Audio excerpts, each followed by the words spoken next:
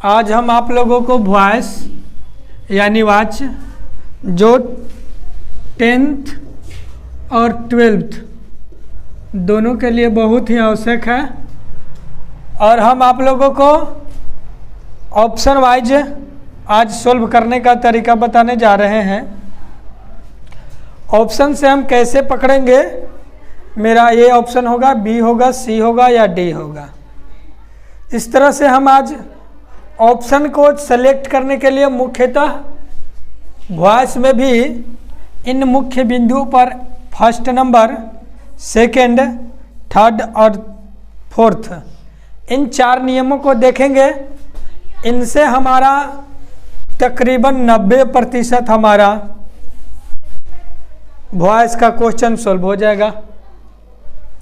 पहला रूल बताता है कि हेल्पिंग वर्ब यानी पैसिव वॉइस में जब हमारा एक्टिव वॉइस का रूप इस तरह से रहेगा, helping verb, verb 1, verb 5, do, does, तो इसको जब पैसिव में हम एक्सचेंज करेंगे, बदलेंगे पैसिव में, तो हमारा इज, आर, एम होना अति आवश्यक है। यदि एक्टिव वॉइस में इस तरह से अगर दिया हुआ होगा तो हमें पैसिव वॉइस में इस तरह से मिलना आवश्यक है। यदि नहीं मिलता है तो यह मेरा गलत होगा, दूसरा कोई ऑप्शन होगा।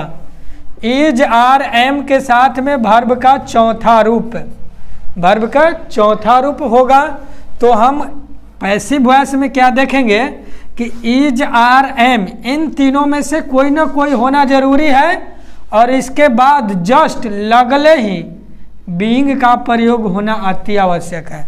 यदि इन तीनों का प्रयोग, तीनों में से कोई का प्रयोग हुआ है और बीइंग का प्रयोग नहीं है तो वह मेरा आंसर नहीं होगा, कोई दूसरा होगा। यानी बीइंग का होना अति आवश्यक है। तीसरा हेल्पिंग वर्ब है हैज, हैव या हैड।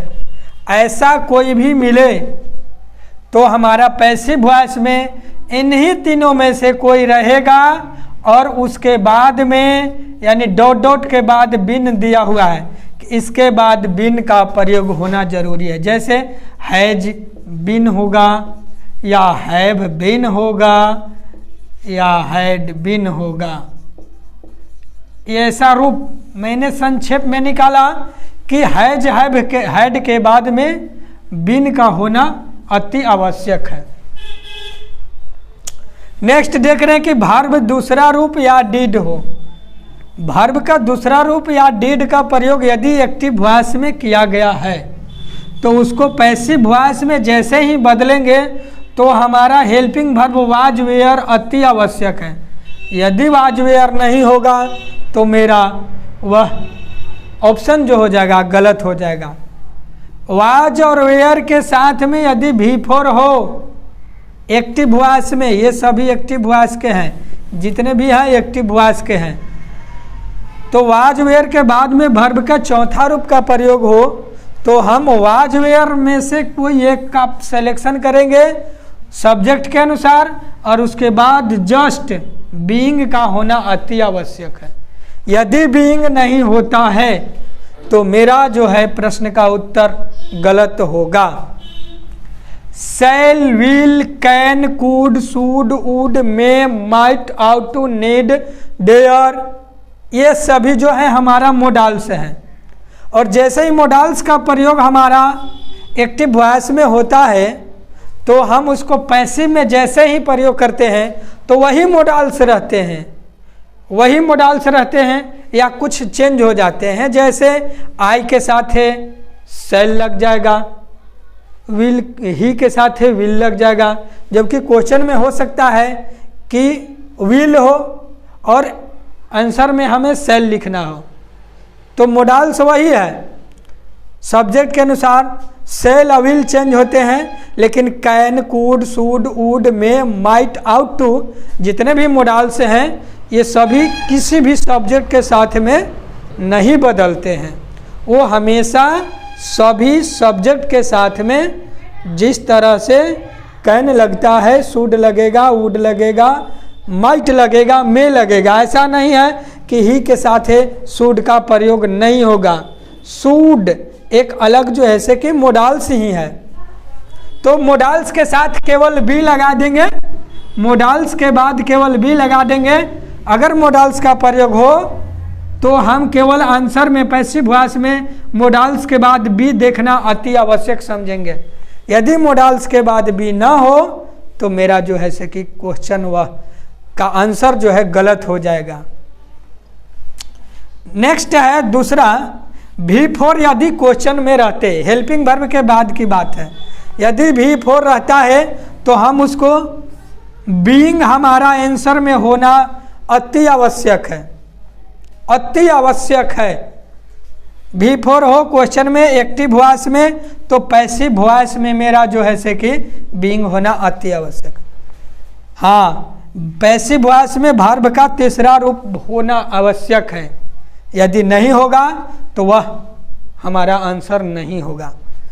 ऑब्जेक्ट से वाक्य का शुरुआत किया जाता है। जनरली जितने भी वॉइस हैं उसको जो है हम लोग शुरुआत करते हैं।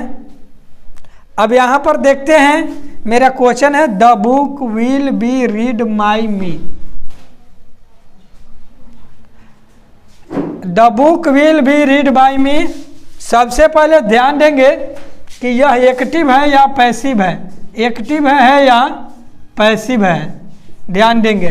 तो जैसे ही यहाँ पर देख रहे हैं कि बाई का प्रयोग है तो बाई मेरा जो है से कि पैसिव वॉइस का है, तो हमें चूज करना है एक्टिव वॉइस कि इसमें कौन सा ए बी सी डी में कौन सा ऑप्शन होगा।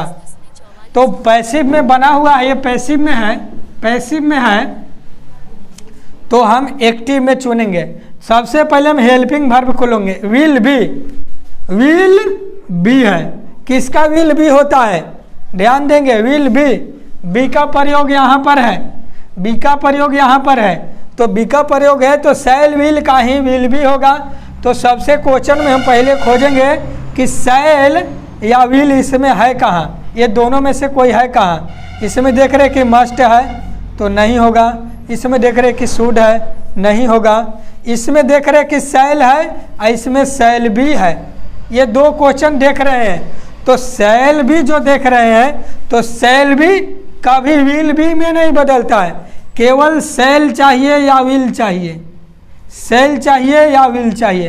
तो हमारा पर यहाँ पर केवल और केवल सैल है, इसलिए मेरा आंसर जो होगा सी आंसर हो जाएगा, ऑप्शन नंबर सी होगा।